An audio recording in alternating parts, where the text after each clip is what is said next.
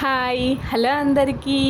మా పతిగారికి చికెన్ తిని తిని చిరాకు వచ్చిందని బోర్ కొట్టని బోటీ తెచ్చి బోర్ వాటర్ వాడకుండా బోటీ ఫ్రై చేయమన్నాడు. అందుకు నేను బోర్డ్ ఎగ్జామ్ అంత ఫీల్ అయ్యి బోర్ వాటర్ వాడకుండా బోటీ ఫ్రై చేశాను.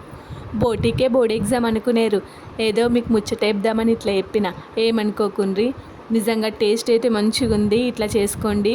ఇష్టం లేని వాళ్ళు కూడా ఇష్టంగా తింటారు. అంత టేస్టీగా ఉంటుంది. సింపుల్గా ఎట్లా చేసుకుందామో చూద్దాం.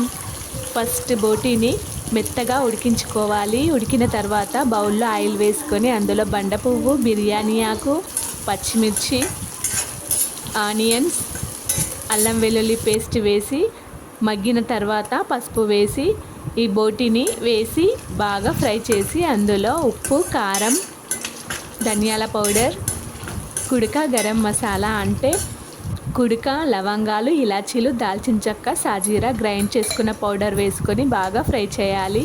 ఫ్రై అయిన తర్వాత అందులో గరం మసాలా, కొత్తిమీర వేసుకొని దింపేసుకోవాలి.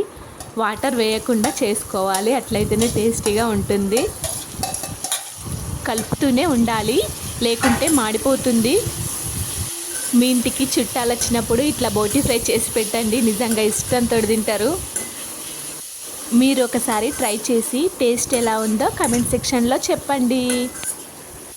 ఈ వీడియో మీరు ఫస్ట్ టైం చూస్తున్నట్లయితే ప్లీజ్ సబ్స్క్రైబ్ చేసుకోండి. Please like, share, subscribe.